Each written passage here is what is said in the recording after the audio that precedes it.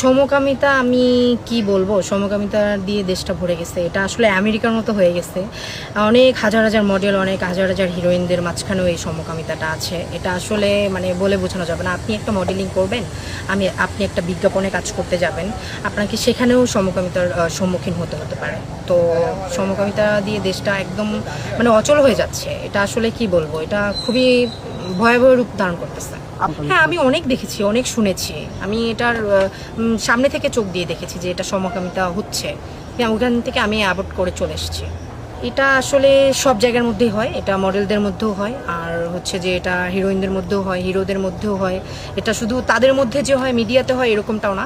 এটা মিডিয়ার বাইরেও অনেক মানুষ আছে যাদের মধ্যে সমকামিতা চলে।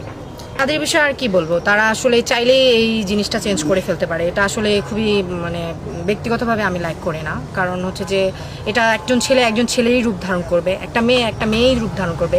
কেন এটা ভিন্ন রূপে চেঞ্জ হবে? যে আমি মেয়ে আমি ছেলের মতো আচরণ করব, আমি ছেলে আমি মেয়ের মতো আচরণ করব, কেন করবো?